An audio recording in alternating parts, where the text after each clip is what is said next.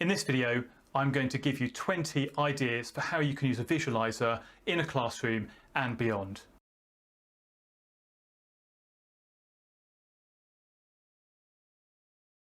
Live modelling is what you're going to spend most of your time using a visualizer for in the classroom. Demonstrate to the pupils how you want them to do the work, your thought process while you're attempting examples, working through questions. That's a really valuable thing to do. You might be used to doing it on a whiteboard or in some other way, but doing it under Visualiser is a really powerful method.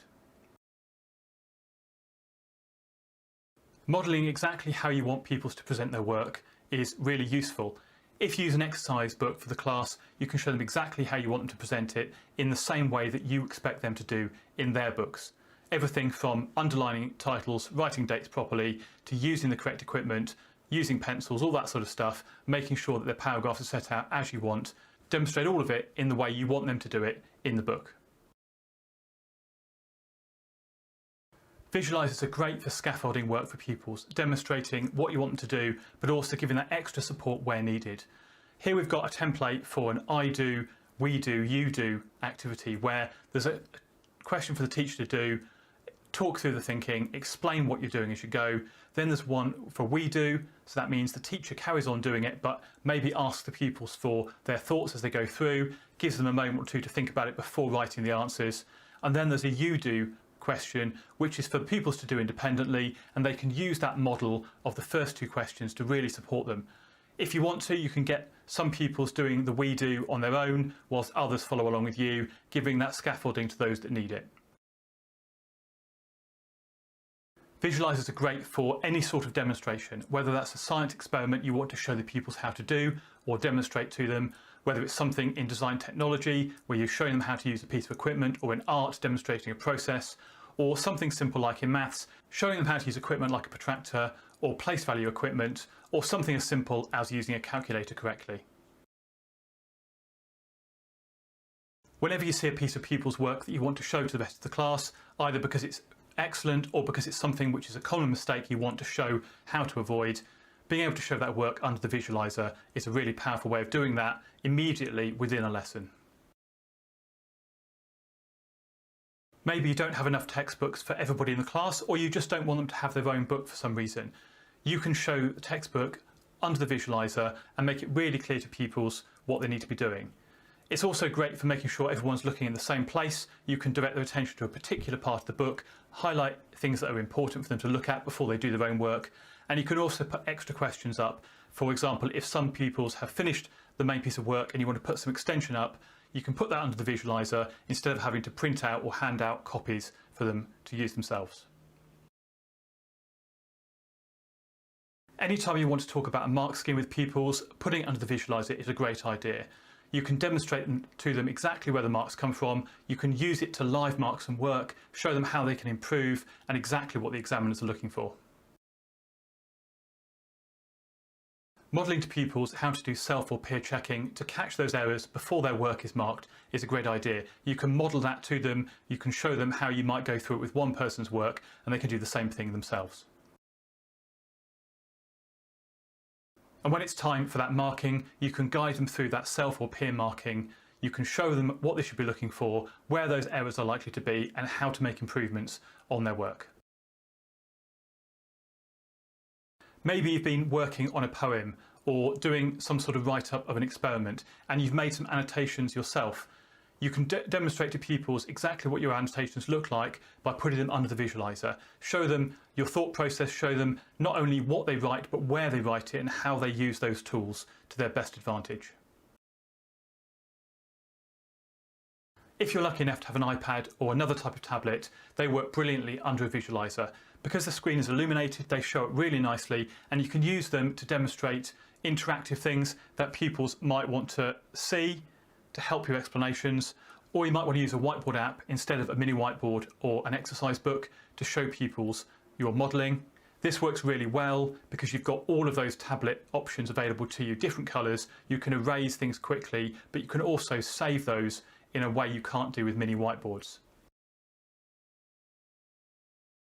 Visualisers are brilliant anytime you want to read with the class, whether they've got their own copy of the book or they're just looking at the screen. Being able to show them what you're reading and get them to read along with you is fantastic. You can either use a pen to point to what you're reading so that you know where you're up to, or you can use the Visualiser software to do the same thing. So I've got the IPvo Visualiser software here, and this allows me to use two reading aids. The first one I've got is a line that I can bring up and show exactly where we are in the book, or if I double click, I get a magnified version so I can show the text even if it's quite small. And I can also switch it to show just a slice of the book with everything else greyed out, showing exactly where the pupils need to look and making sure their attention is on what they should be reading. Visualisers are also great to support reciprocal reading. If you don't know what that is, do a search for it, it's worth finding out about. Basically, it's a way of systematically improving pupils' comprehension. So demonstrating those techniques and how you do them under a Visualiser is a valuable way of using that process.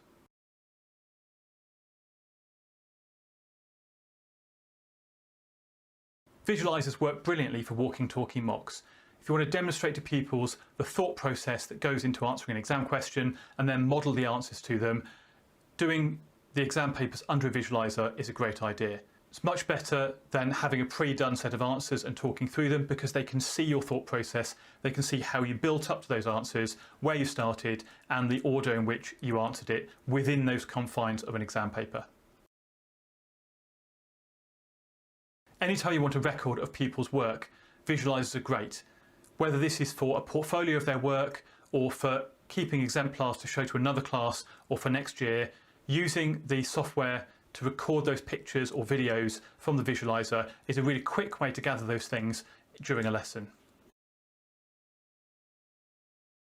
Another reason why you might need to capture people's work is if you're trying to find evidence for access arrangements for exams.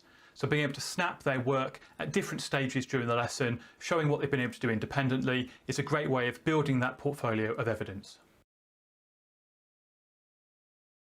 If you have something that you'd like to show to the pupils, but it's going to take too long to do live in a lesson, you could use the time-lapse feature of the Visualiser software.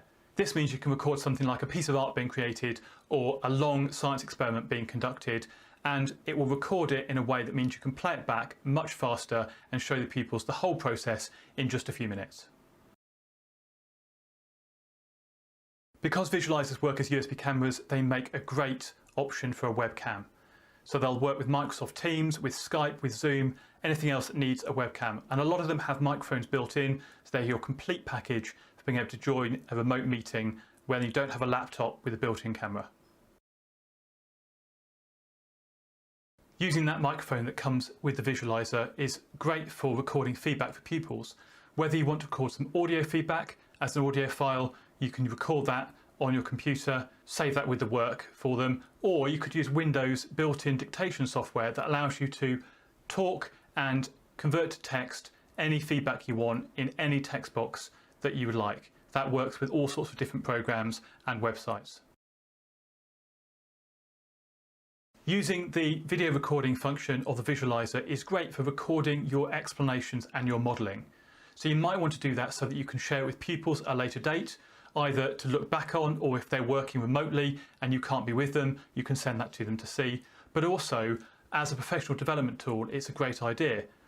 It might be that you're in NQT and you want to share some of your explanations and modelling with a mentor to be able to discuss how you could improve. But for all of us, we can all improve what we do. So even if it's just kept to yourself and never shared, recording your modelling and your explanations and going back over them yourself, looking at how you can make those little improvements to get better at doing those things would be a really worthwhile investment of time. I hope you found those ideas useful and that there's at least something there that you hadn't thought of and that you can go away and try for yourself.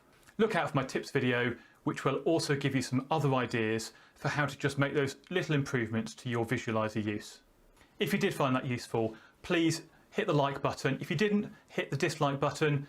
Either is helpful. And please consider subscribing, maybe hitting that bell icon to get more videos like this about Visualisers and about other software and ideas for teachers.